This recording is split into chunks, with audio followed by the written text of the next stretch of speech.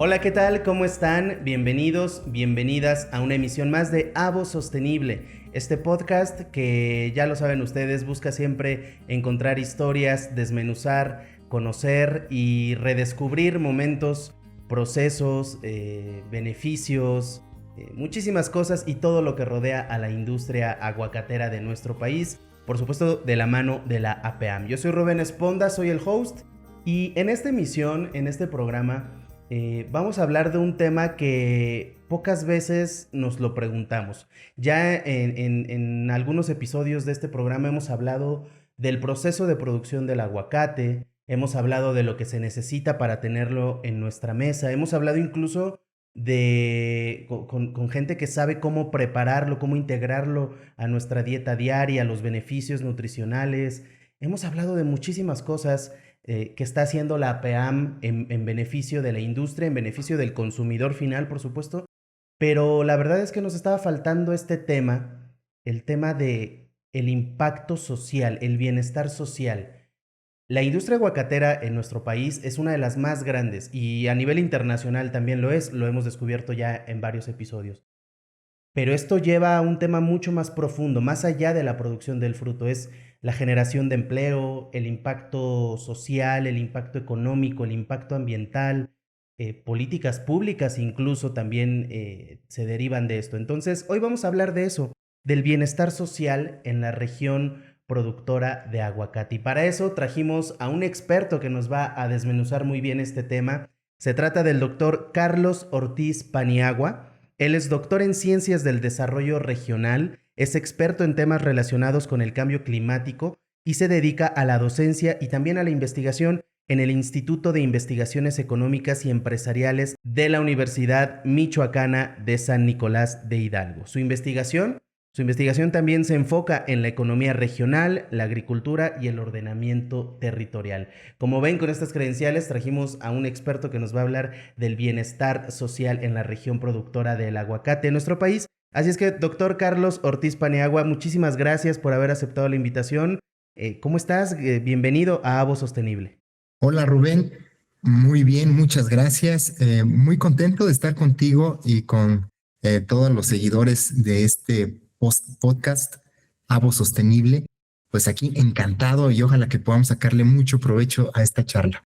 Así será, estoy seguro, porque platicábamos antes de comenzar la grabación, ¿no? Es un tema muy interesante que tiene un impacto mucho más profundo, como lo decía yo en la introducción, va más allá del producto final, que es la fruta y la consumimos y nos gusta y es deliciosa, pero el bienestar social es importante en todas las industrias y en todos los términos. Me gustaría empezar preguntándote, ¿qué es el bienestar social? Partamos de ahí. Para ti, en tus palabras, ¿qué es el bienestar social? Sí, fíjate que es un tema bastante estudiado, bastante profundo y bastante también debatido. Eh, el bienestar social, pues como sus palabras lo indican, estar bien, ¿no? Pero socialmente, ¿qué significa? Pues la condición tiene que ver con los seres humanos como individuos tenemos capacidades y también tenemos aspiraciones para llevar a cabo esas capacidades, ¿no? Entonces, el bienestar trata de qué tantas oportunidades tienes para desarrollar tus capacidades y te puedas autorrealizar en una sociedad determinada, por decirlo de alguna manera. No es lo mismo que tú naces y te desenvuelves en Ciudad de México, en Puerto Vallarta o en Nuevo León, que en la Sierra de Guerrero o en la Sierra de Chihuahua. Las oportunidades son diferentes.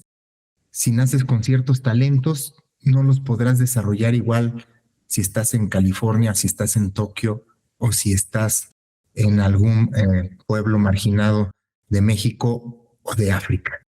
Más o menos esto tiene que ver con el bienestar, porque a medida que la sociedad o el territorio ofrece más oportunidades, las personas se pueden desarrollar y tener más bienestar. Y para ello ha habido muchos esfuerzos por querer entender y medir el bienestar, porque como te estás imaginando, pues es un asunto también subjetivo.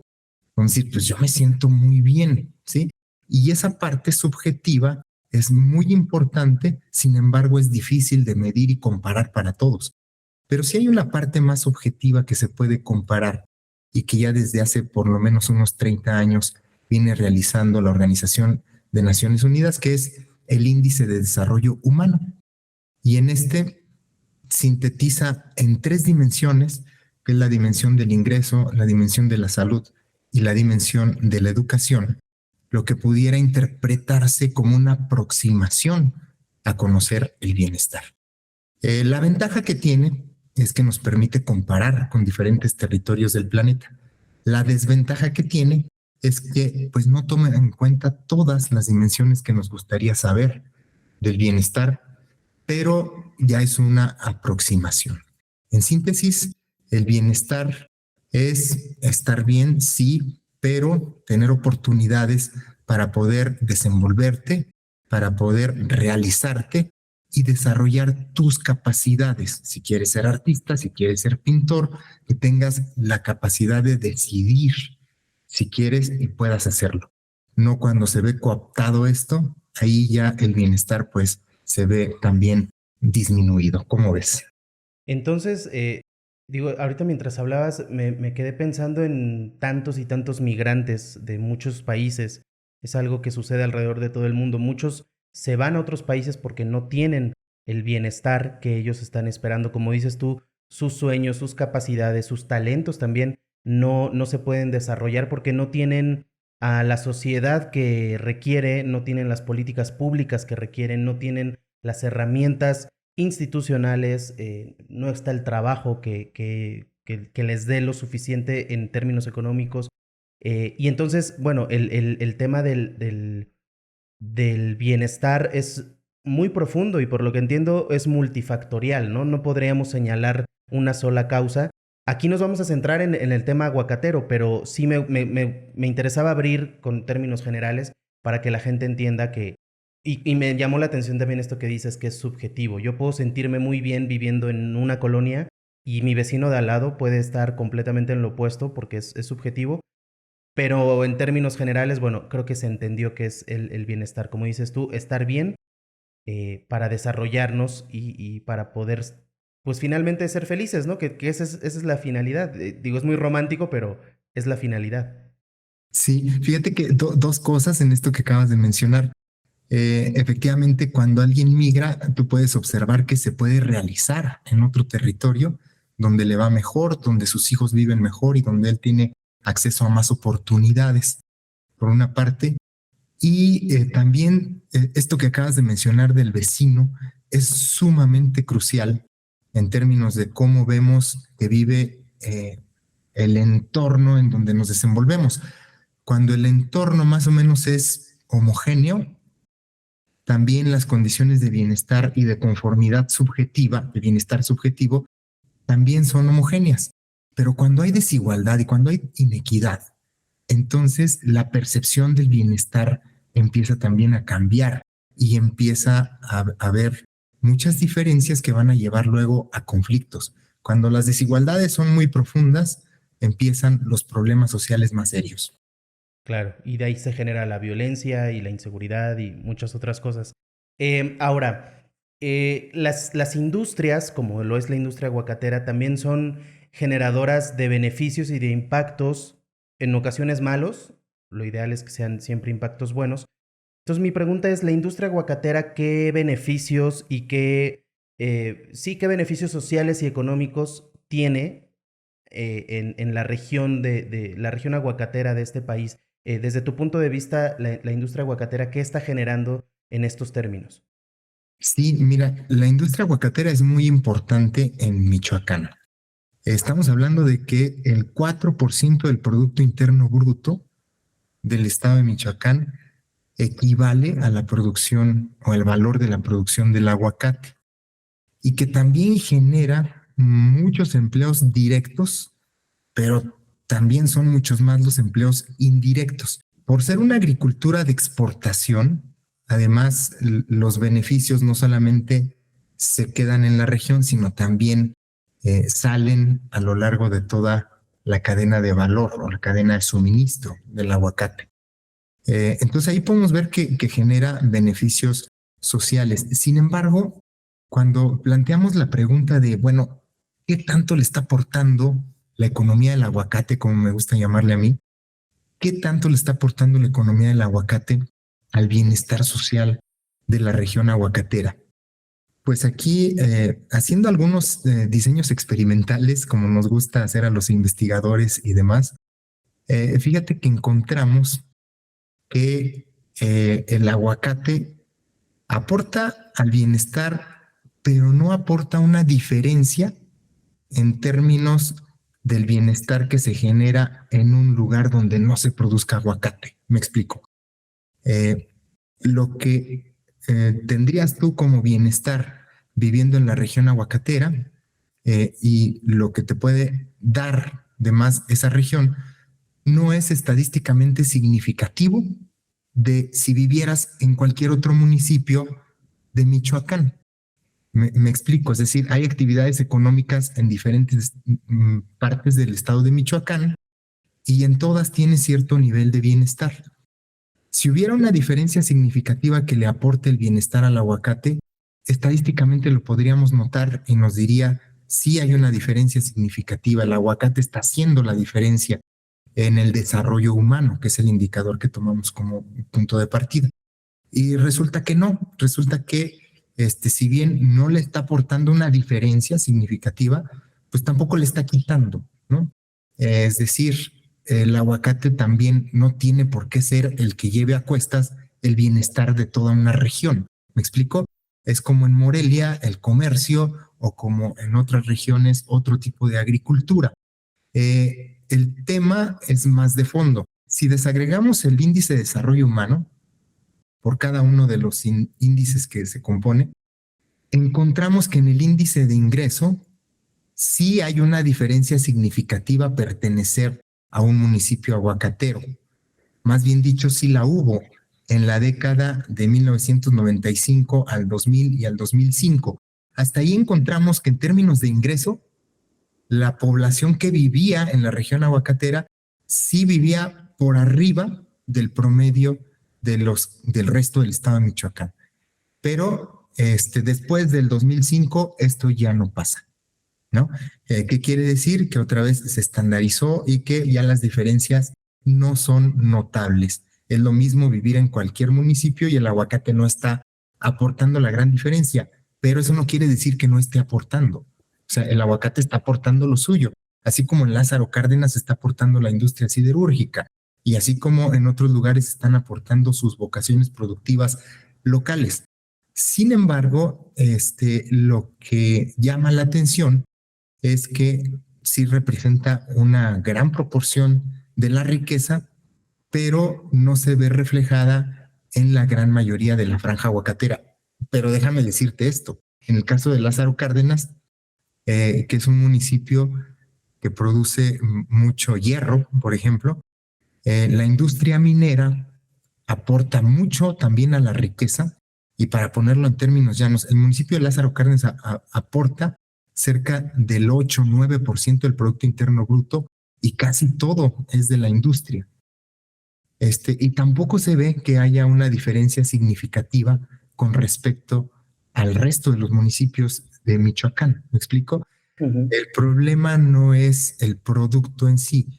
El tema tiene que ver con una economía de mercado que funciona de cierta manera y eso es otro tema. No sé si más o menos me explico. Sí, creo que quedó claro. Entonces, este desafío o esto que nos platica se convierte en un desafío. ¿Cómo abordarlo? Como dices tú, al final, digo, no podemos cargarle todo a, como me encantó el término que usaste de economía aguacatera, ¿no? La economía del aguacate. No podemos cargarle todo el beneficio de un estado a una sola industria. Pero, ¿cómo podríamos hacer para que la gente que vive en esta región aguacatera de México pueda vivir mejor? Más allá de si vive mejor que los demás, simplemente que ellos vivan mejor. Sí, ahí está el verdadero desafío y lo más interesante es que sí se puede, ¿no? Es decir, los beneficios que genera la industria aguacatera, la economía del aguacate, se pueden traducir en mejora del bienestar, es decir, mejora de las oportunidades de la población que vive ahí, si hay una redistribución local del ingreso. ¿Qué quiere decir que haya una redistribución del ingreso que sea también de manera progresiva, que genere más oportunidades? Invertir en aspectos estratégicos. Por ejemplo, si se invierte en innovación, en educación, en nuevas formas de producción, nuevos productos, nuevas actividades que también generen efectos económicos. Esto va a diversificar también la economía, va a generar oportunidades para nuevos talentos, puede generar otras oportunidades en el territorio y ello puede detonar que entonces sí haya una diferencia significativa en el desarrollo humano de la región.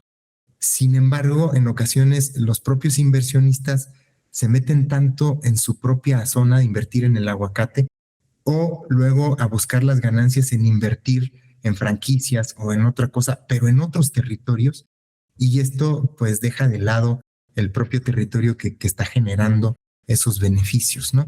Y lo entiendo porque invertir en un lugar que te genera más ganancia, viéndolo solo en términos económicos desde el punto de vista del empresario, que va a ver siempre primero por sus intereses, pues es lógico que quiera invertir en donde le deje más ganancia y no en donde se redistribuya más la ganancia para que en el futuro otros también ganen y también gane yo, pero ese futuro quién sabe cuándo llegue.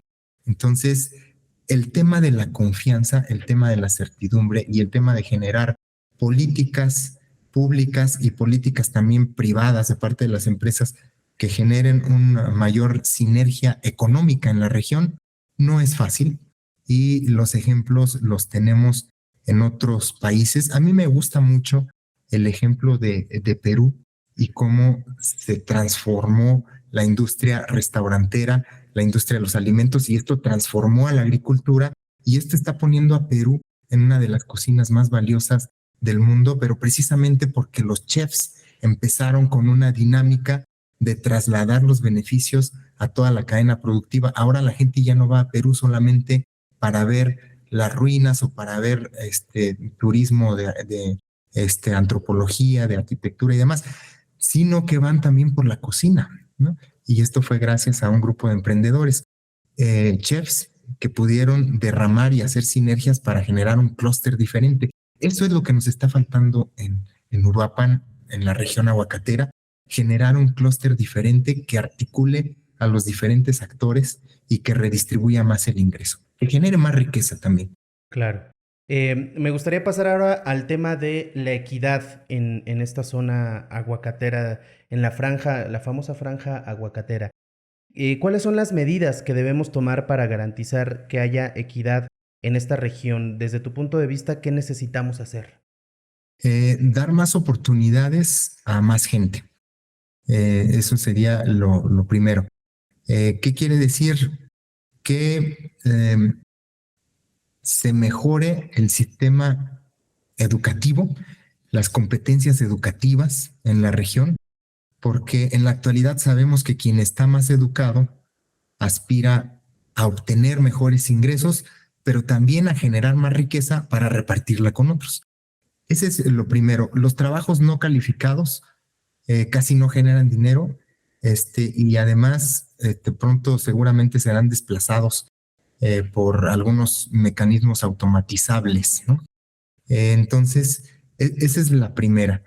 La segunda es que se genere un asunto como un fondo, un fideicomiso, no solamente entre los productores de aguacate, sino entre todos los productores agrícolas, y alguna industria que se pueda sumar para que este fideicomiso genere un fondo de préstamos para emprendedores que quieran hacer negocios innovadores, ¿no?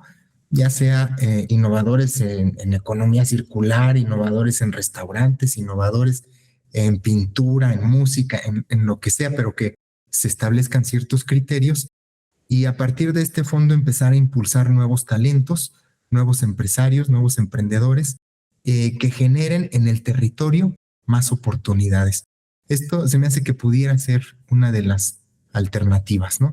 Ahí Ujú. puede volar la imaginación, como yo he visto en algunos de tus podcasts de que se pueda reforestar y todo esto. Pues imagínate alguien que haga negocio con algún tema sostenible, por ejemplo, aprovechar de las mil formas que se puede aprovechar el bosque para que sea sostenible y generando a la vez también riqueza, desde turismo y otras formas de aprovechamiento no extractivo de los propios bosques.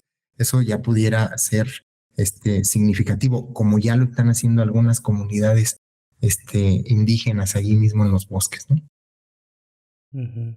Sí, Carlos, también me viene a la mente el tema de la estabilidad laboral, ¿no? Que eso en cualquier sociedad es súper importante. El tener un trabajo estable, el tener un trabajo que no vivas todos los días pensando en que lo puedes perder por la razón que sea.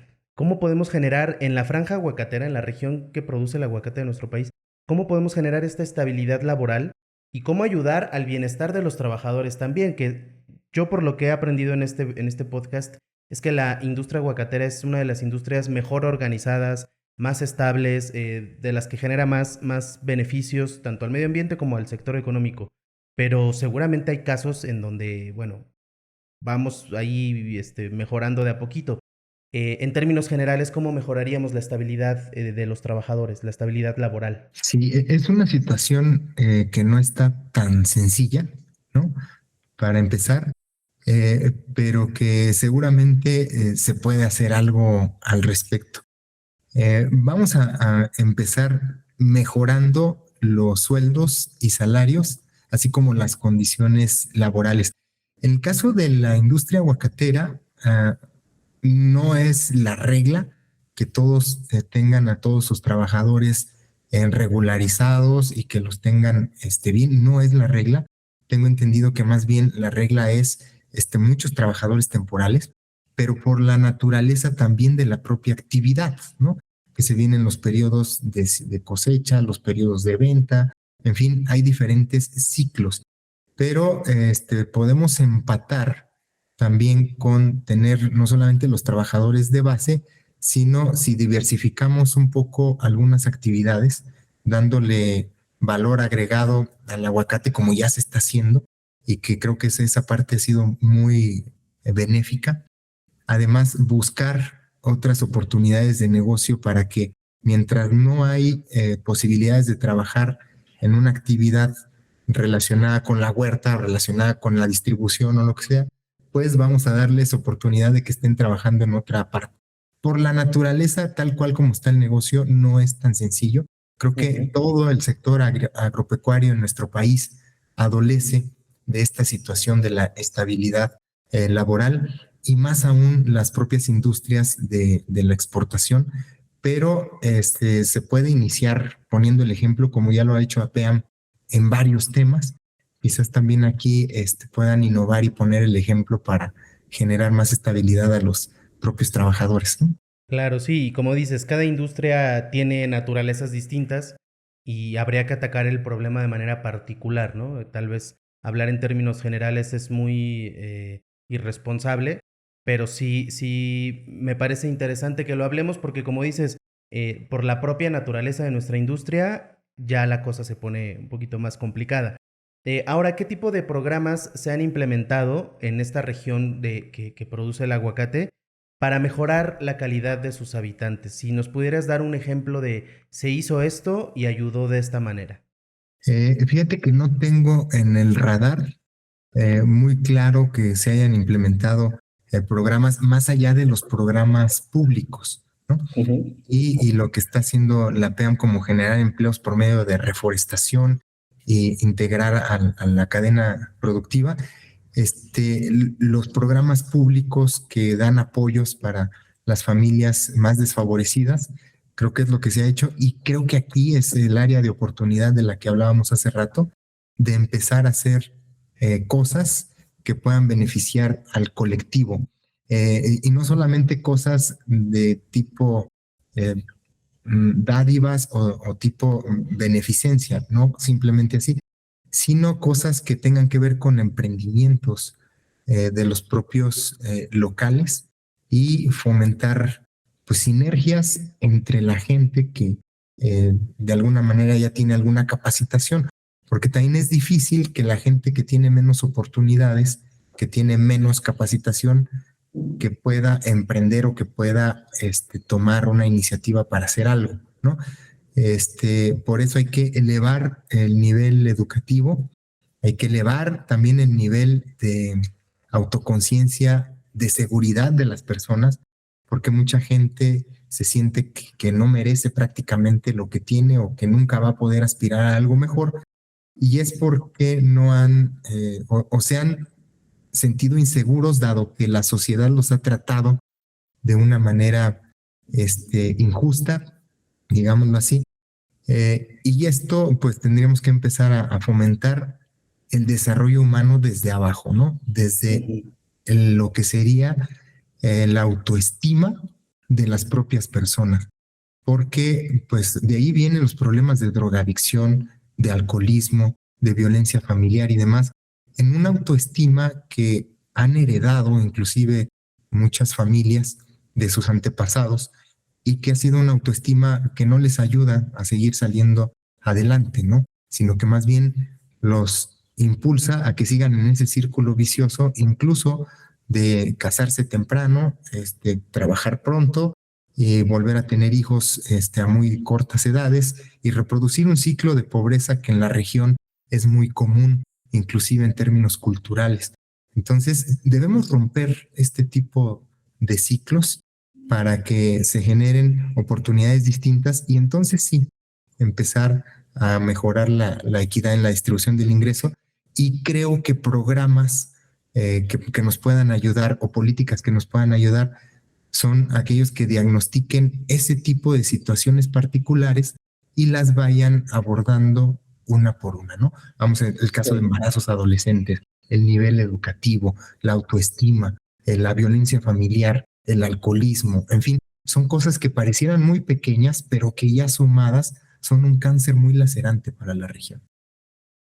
Totalmente. Y esto que decías de no se trata de ser beneficencia, digo, el término, el aspecto económico es importante, también los programas sociales en términos económicos son importantes en cualquier sociedad, pero lo que hablábamos al inicio, ¿no? El bienestar es tener las herramientas y tener todo lo necesario para desarrollarte y no todo tiene que ver con el dinero, ¿no? Justamente estos programas sociales que tengan que ver con el autoestima, con las adicciones, con la violencia familiar, van a hacer que cualquier sociedad mejore y en este caso la industria aguacatera, bueno, puede tener ahí muchos otros beneficios.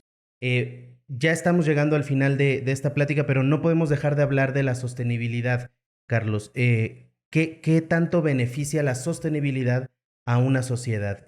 ¿Cómo están relacionados la sostenibilidad y el bienestar social? Es básico. Tenemos que pensar en que lo que vamos a hacer sea sostenible, sea perdurable, y para ello tenemos que subirnos a las olas que ya están encaminándose hacia allá. El ejemplo de la B Corp o la B Certification es muy interesante para irlo retomando con el caso de los productores de aguacate. La economía circular, el dejar de producir residuos para a partir de los propios residuos reutilizarlos o hacer nuevos negocios, también es algo que en países como Alemania ha llegado a tener mucho éxito, en donde 95% de los residuos ya se reutilizan y ya solamente se genera 5% de basura, literalmente. En México estamos al revés. En México utilizamos el 5% y generamos 95% de basura. Esto está haciendo mucho daño y necesitamos empezar a atacarlo de ya. Y la sostenibilidad va de la mano siempre. Los problemas ambientales que tiene nuestra sociedad son problemas sociales. En cuanto resolvamos los problemas sociales, empezaremos a componer y a mejorar los aspectos ambientales. Entonces, muchas veces pensamos que es al revés, que tenemos que empezar por los problemas ambientales y pues es algo que tenemos que atacar de manera conjunta. Lo social y lo ambiental van de la mano. Y por supuesto Sí. no debemos olvidar lo técnico, lo productivo, lo innovador, para que en este triángulo de lo productivo, lo social y lo económico, podamos alcanzar la sostenibilidad y heredarle a nuestros hijos mejores condiciones, cosa que a este momento no está pasando. A este momento, Sí. como ya se está viendo, están reduciendo las oportunidades para las siguientes generaciones. Necesitamos otra vez entrar en un círculo que las mejore, que las amplíe.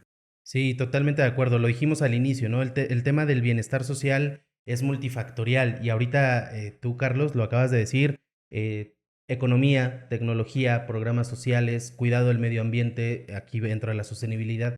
Todo eso va haciendo que una sociedad mejore y que una sociedad crezca. Por último, ¿tú crees que los productores de aguacate tienen responsabilidad en el bienestar social de la región?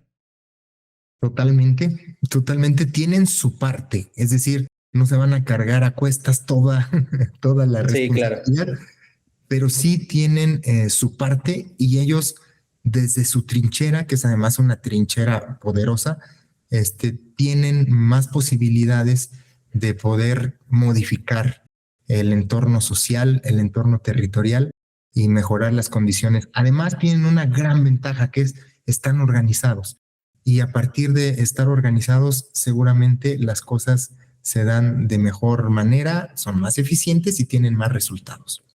Claro. Pues bueno, Carlos, el doctor Carlos Ortiz Paniagua, muchísimas gracias por habernos acompañado en esta emisión de Avo Sostenible. Como les dije al inicio, él es doctor en Ciencias del Desarrollo Regional y bueno, pues fue un placer tenerte por acá, fue muy didáctico, fue muy claro y entendimos que al final del día la industria aguacatera de nuestro país está teniendo de a poquito impactos benéficos para la sociedad, impactos en la región y por supuesto pues los impactos económicos que ya conocemos, pero en la sociedad que produce el aguacate, ahí van, ¿no? Hay muchos desafíos todavía, pero ahí vamos.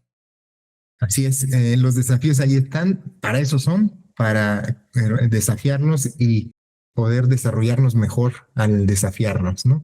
Pues muchísimas gracias, Rubén, a ti y a todo el equipo que está detrás de Avo Sostenible y un placer y a la orden para cualquier cosa. Muchísimas gracias, Carlos. Fue un placer también para nosotros.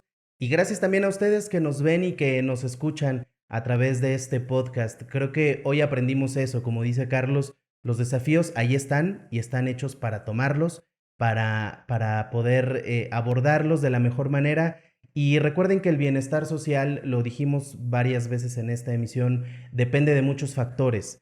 Hagamos nuestra parte, dependiendo de la trinchera en la que estemos hacer de poner de nuestra parte va a ayudar a que al final del día todos cumplamos y podamos tener un bienestar social, porque lo dije al inicio y suena muy romántico, pero al final del día es eso, la finalidad es ser felices y una sociedad feliz es una mejor sociedad sin importar la industria en la que se desenvuelvan, pero la industria aguacatera lo está haciendo con sus desafíos que seguramente estarán tomando y estarán resolviendo en un corto plazo, esperemos que así sea. Muchas gracias por habernos sintonizado, por habernos visto, por habernos escuchado. Yo soy Rubén Esponda, host de Avo Sostenible, y los espero en una emisión más de este podcast. Hasta la próxima.